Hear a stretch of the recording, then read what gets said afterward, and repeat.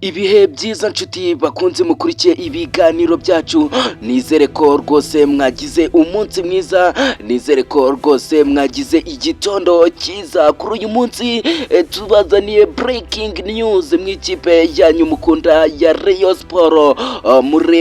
Murera kabisa nusakwa uyite isaro ry'Inyanza, rwose ni hariya rwose i Nyanza yavukiye rwose ikipe ya Rayon Sport. Tugiye kuba twababwira byinshi rwose biri kuvugwa mu ikipe ya Rayon Sport. Nizere ko rwose turi buze kuba twabana muri iki kiganiro, nizere ko rwose muri buze kuba mwaryoherwa n'iki kiganiro rwose kigiye kuba cyamara iminota 15 yonyine.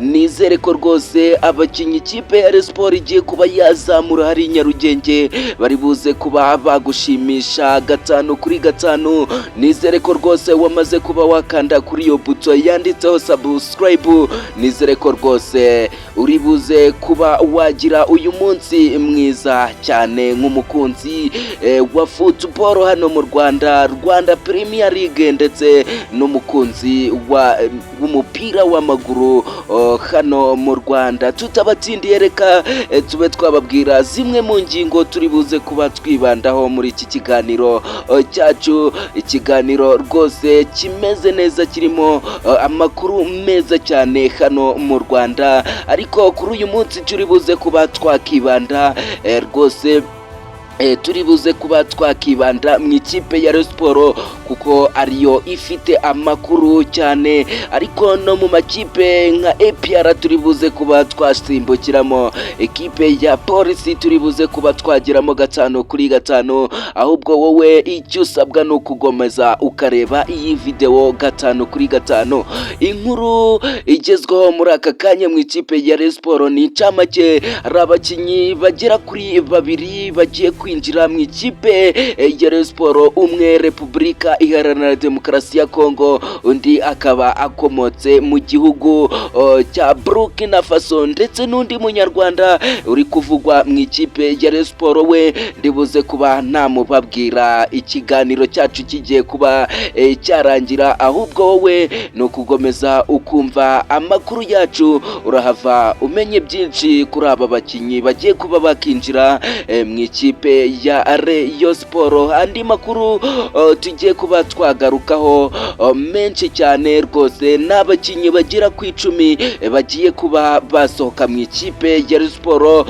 Rwose ni ibaruwa yasohotse kuri uyu muri iki gitondo, ni ibaruwa igaruka ku bakinnyi bagera ku 10 rwose bagomba kuba basezererwa mu ikipe ya Rayon Sport. Nge nk'ibisanzwe ni Theogene Kwizera, nizere ko rwose iki kiganiro kiri buze kuba cyabaryohera 5-5.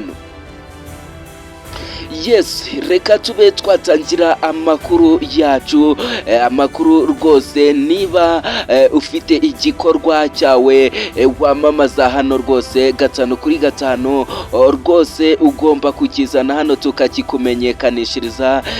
Nimero nibisanzwe uragombe urebe hasi, nimero ni 0747 ndetse no kuri WhatsApp nizo ngizo rwose, ubundi bwo tukakumenyekanishiriza igikorwa cyawe 5-5. Reka dutangire amakuru yacu tugaruka kuri bamwe mu bakinnyi rwose bamaze kuba basezererwa mu ikipe ya Rayon Sport. By'umwihariko rwose tugiye kuba twatangirira ku mukinnyi Bienvenu Joachim Vininyu. Uyu mukinnyi Bienvenu Joachim Vininyu wahoze akinira ikipe ya Rayon Sport, rwose ndagira ngo mbabwire ko uyu mukinnyi yahombeye ikipe ya Rayon Sport ku rwego rudasanzwe, kuko uyu mukinnyi yatsinze igitego kimwe.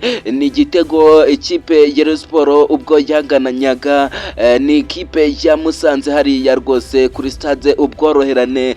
Ni igitego cyabonetse rwose ku minota mikeya, ku munota wa 20 gitsinzwe n'uyu Bienvenu Joachim Vininyu, biza no kurangira ari igitego kimwe 1-1. Uyu musore rwose ndagira ngo mbabwire ko uyu musore bamaze kuba bamubwira ko yasezererwa rwose, yagomba gusohoka mu ikipe ya Rayon Sports. Yanabitangarijwe rwose, yabibwiye ahita ko yisubirira mu gihugu cy'iwabo gushaka indi kipe. Ni mu rwego rwo kugabanya abakinnyi mu ikipe ya Rayon Sports, ikaba yabasha kuba yashaka abandi bakinnyi bakomeye mu ikipe bazakinira ekipe ya Rayon Sports uyu umwaka. Yes, nizere ko rwose muri buze kuba muba hafi 5-5, nimugende mutumvise zimwe muri transferi twagomeje kuba twababwira, ahubwo wowe kanda subscribe, ubundi bwo tuze kuba twababwira izo transferi zigera kuri 2 zigiye kuba zakorwa mu ikipe ya Rayon Sports. Undi mukinyi wa kabiri Bigirimana Abedi. Uyu mukinyi rwose nubwo yitwaye neza mu gusoza shampiyona, ikipe ya Rayon Sports yamubwiye ko rwose ntago azongererwa amasezerano, dore ko amasezerano ye yari buzarangire ku itariki 10 z'ukwezi kwa gatandatu uyu mwaka. Ubwo harabura iminsi igera ku 8 kugira ngo amasezerano ye abe yarangira. Rwose bamubwiye ko yashaka indi kipe uyu mwaka atazongererwa amasezerano, kuko hari abandi bakinnyi bagiye kuba bahama cyangwa se bagura ikipe ya Rayon Sports, yagura basimbura uyu Bigirimana Abedi. Undi mukinyi ugezweho, umukinyi wahombeye Rayon Sports, ni umukinyi rwose ikipe ya Rayon Sports yatangiye ikipe ya Rayon Sports ameze neza, ariko biza kuba byanga, sinzi uburyo byagenze, ariko uyu mukinyi byarangiye bamubwiye ko rwose, ariko ubu tunavugana uyu mukinyi ari mu gihugu cya Senegali. Rwose yigiriye mu gihugu cya Senegali, dore ko n'amasezerano yarangiye mu ikipe ya Rayon Sports. Bamwita Faringanye. Uyu Faringanye rwose nta kibarizwa mu ikipe ya Rayon Sports, ubu ngubu ari kubarizwa mu gihugu cya Senegali, dore ko atagomba kuzongera gukinira ikipe ya Rayon Sports. Undi mukinyi wa kane bamwita Azizi Dawo. Uyu Azizi Dawo ubu ngubu tuvugana nawe ari mu kiruhuko rwose hariya muri Repubulika Iharanira Demokarasi ya Kongo, ariko SMS yamugezeho yamumenyeshaga ko rwose agomba kuba yakishakira indi kipe izazamura urwego rwe, dore ko rwose ikipe ya Rayon Sports iri gushaka abandi bakinnyi bakomeye cyane, turi buze kuba twagarukaho mu kanya gato. Ni abakinnyi rwose bivugwa ko bazanabatangaho akayabo k'amafaranga, amafaranga menshi cyane, bizatuma ikipe ya Rayon Sports izamuka rwose, n'ubundi bwo igakina imikino nyafurika ikomeye cyane. Rwose ntishaka kuzongera kuba yakora ikosa na rimwe. Undi mukinyi bamwita Pizarro Kitoko Faustin. Uyu Pizarro Faustin Kau rwose nawe biragaragara ko na gahunda ikipe ya Rayon Sports ifite yo kumwongerera amasezerano mu ikipe ya Rayon Sports, dore ko mbere hagati mu mikino yari yabanjijwe no guhabwa igihano, ariko iza kuba yamugarura. N'uyu ari ku rutonde rw'abakinnyi bagomba kuba batazongera amasezerano mu ikipe ya Rayon Sports, ahubwo ikipe ya Rayon Sports iri mu biganiro bikomeye cyane n'umusore bita Tambwe Gloire Ngongo. Uyu musore rwose ikipe ya Rayon Sports iri kuvuga ko agomba kuba yakongererwa amasezerano mu ikipe ya Rayon Sports. Ibi byavuzwe n'umutoza rwose Karingingo Francisco. Ubundi bwo iyi nama ndagira ngo mbabwire ko yagarukaga ku bakinnyi rwose batazongererwa amasezerano mu ikipe ya Rayon Sports.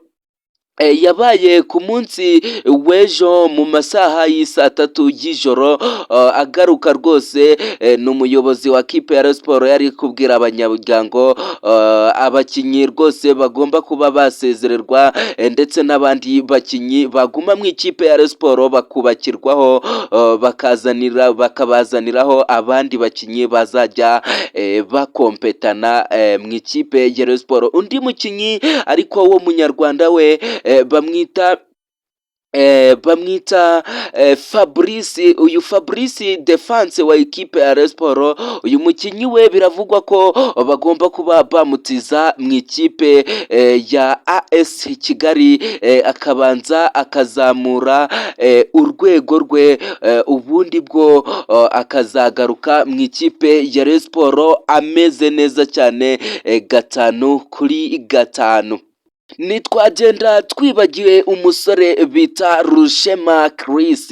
Uyu Rushema Chris guturuka mu ikipe ya Mukura Football Club, byagaragaye ko rwose uyu mukinnyi n'imvune yamugoye mu ikipe ya Rayon Sports. Uyu bamubwiye ngo ntajye kuba yashaka indi kipe rwose, ekipe ya Rayon Sports yabaye nawe yamusezerera, akaba yazajya kuba yashaka indi ekipe azakinira muri iki gihugu cy'u Rwanda cyangwa se hanze y'igihugu cy'u Rwanda. Iradukunda Pascal, uyu Iradukunda Pascal Petit Messi, uyu ntago bari buze kuba bamwirukana, ahubwo bari buze kuba bamutiza mu makipe arimo ari kuvugwa nka AS Muhanga, ekipe ya Gicumbi. Hagati aho harimo ikipe agomba kuba yajyamo, hari abandi bakinnyi rwose bivugwa ko bagomba kuba basohoka mu ikipe ya Rayon Sports, cyane cyane biganjemo b'Abanyarwanda. Abazamu bagomba kuba nabo basohoka, ariko ndagira ngo mbabwire inshuti bakunzi, mukurikire ibiganiro byacu muri iyi minota igera kuri 2 n'igice. Reka tube twababwiramo transfer rwose zari ziri kugenda zivugwa mu ikipe ya Rayon Sports, ziri kugenda zinavugwa rwose, zishobora gukorwa uyu munsi cyangwa se ku munsi w'ejo rwose. Ni amakuru dukesha ubuyobozi bwa ekipe ya Rayon Sports. Ku isonga haraza umukinnyi udasanzwe, ni umusore ukomoka mu gihugu cya Burkina Faso, bamwita Drama Ekambo. Uyu mukinnyi rwose wakinaga muri Centro wa Rupapu hariya mu gihugu cya Repubulika Iharanira Demokarasi ya Kongo. Biravugwa ko rwose ari mu biganiro bikomeye cyane na ekipe ya Rayon Sports. Nta gihindutse rwose kuri uyu munsi ari buze kuba yasinyira ekipe ya Rayon Sports, dore ko rwose yageze hariya i Kigali avuye muri Repubulika Iharanira Demokarasi ya Kongo. Uyu Drama Ekambo ubundi bwo afite imyaka 25, ibiro 70, uburebure bwa metero 1 na santimetero 80 rwose, akina nka nimero 10. Biravugwa ko rwose uyu musore agomba kuba yaza agasimbura umusore bita Faringanye wamaze kuba yakerekeza mu gihugu cya Senegal. Bivugwa ko rwose nta na gahunda afite yo kugaruka muri Rayon Sports. Si uwo mukinnyi gusa kuko tubafitiye n'undi mukinnyi udasanzwe. Ikipe ya Rayon Sports iri kuvugwa ko rwose ishobora kuba yagarura umusore Liandre Osombe Willy Onana. Ni umusore rwose wakiniye ikipe ya Rayon Sports 2022, 2023, wabiciye bigacika mu ikipe ya Rayon Sports. Uyu musore yakinaga mu gihugu cya Libya mu ikipe ya Al Hilal. Uyu musore rwose biravugwa ko agomba kuba yaza mu ikipe ya Rayon Sport, akagaruka gukinira ikipe ya Rayon Sport. Nizere ko ugira umunsi mwiza, nizere ko uri buze kuba wagira uwa gatatu mwiza, nizere ko rwose wishimiye iki kiganiro cyacu 5 kuri 5.